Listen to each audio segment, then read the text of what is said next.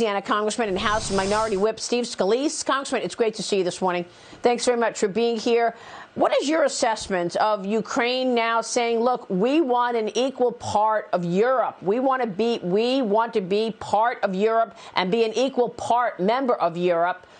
They are fighting back this effort to take them down by Vladimir Putin.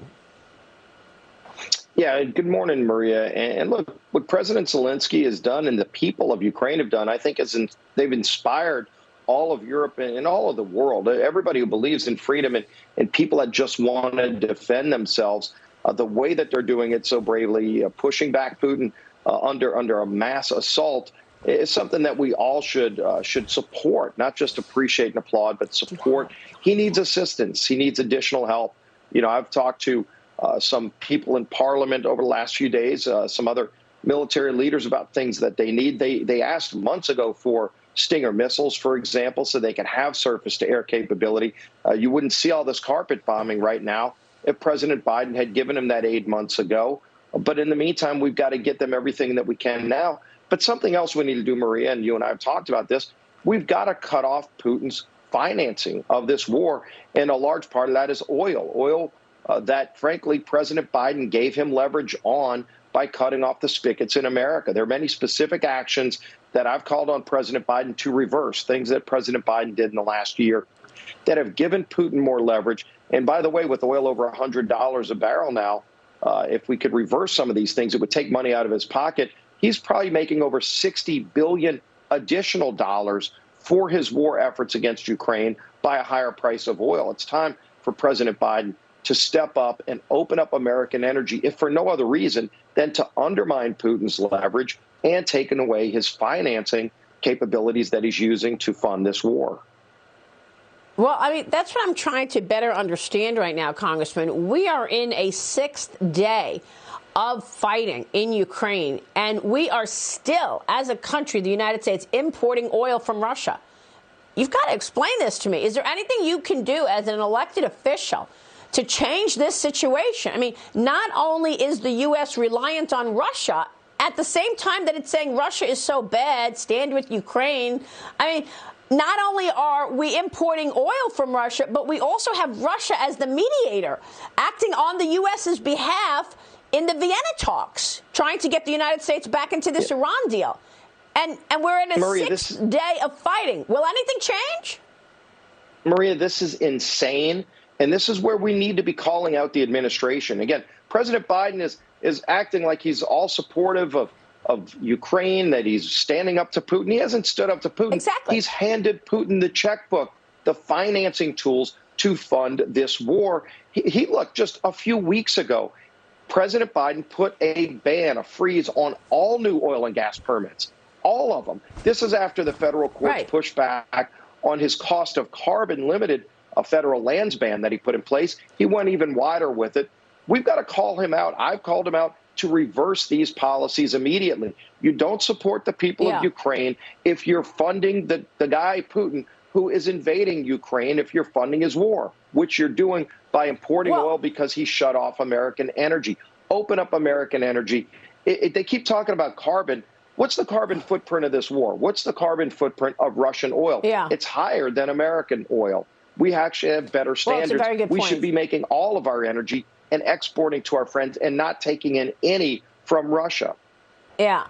And yet, Congressman, tonight is the president's State of the Union address, the first State of the Union address, and we are expecting to hear more climate change conversation. Instead of focusing on geopolitical issues, the skyrocketing crime, prices going up for everything, inflation, a wide open border, and a massive crisis there, he is going to talk about climate change, asking Congress to revive the climate spending and tax credits, which he claims are going to lower inflation. I don't know how he gets that math done.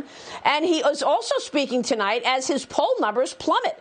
A new poll shows only 37% of Americans actually approve of the job he's been doing as president. So, Congressman, here we are at a situation where the dependence on foreign nations who will use it against us is clearer than ever before as Russia moves those tanks into Ukraine. And listen to John Kerry. I've got to call this out because it's absolutely extraordinary.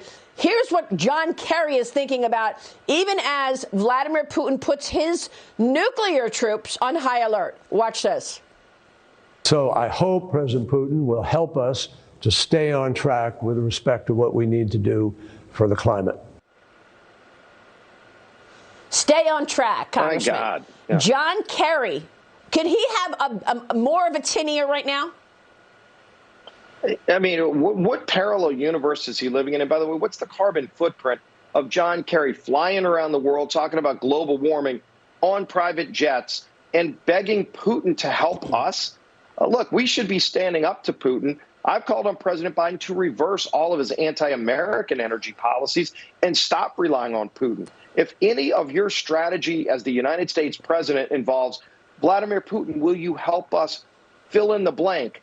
You should end the sentence and change it and say, we don't need Putin anymore. We're standing up to him. And we're going to provide not only our own energy, we're going to stop importing Russian oil, but we're going to supply our allies around the world with oil and natural gas so they don't have to get it to Putin. Do you know that his own administration, Biden's, has not even approved a pipeline, an LNG export permit in the last year? They're sitting on the shelves ready to go, where we don't need Putin's energy and Europe won't need Putin's energy. And I just mentioned that everything he says is materializing in business. The Blackstone Group just the other day said that they will no longer fund oil and gas exploration. This was their biggest business at one point. But real quick, we've got Alex Sanchez with us today, who is the CEO of really overseeing major banks, mid-sized banks. The climate change issue, Alex, is even a banking issue for this administration. That's correct, Mia. Congressman Scalise, great to see you again. You know, just to show you the softening economy under President Biden's watch, John Kerry and Governor Brainerd at the Fed are urging our banks to be the climate police to enforce federal environmental guidelines on the bank customers to see what their carbon footprint is. Congressman, that's going to kill a major supplier of funding for small businesses in America, America's community banks. And we just can't have that. I mean, community banks cannot afford that cost of compliance. That will further hurt this economy, Congressman, if community bankers in Louisiana and across the country have to comply with this. This is outrageous. Final word, Congressman, real quick. Yeah, Alex, and we've called on President Biden, by the way, through the Federal Reserve, Treasury, and SEC to reverse those policies where they're going after energy companies. All of this has to change. The State of the Union's in disarray because of President Biden's policies. I hope he talks about reversing it tonight. I don't think he will, because he doesn't get it. He doesn't care about the things that are hurting hardworking families. That's what he should be focused on, and stand with Ukraine by taking away Putin's leverage. Yeah, we'll see about that. We'll see what he says about his Build Back Better agenda and the climate focus. Congressman, it's great to see you. Thanks very much. We know you'll be in that chamber tonight, and we'll be watching the speech. Thank you, sir. Congressman Steve Scalise.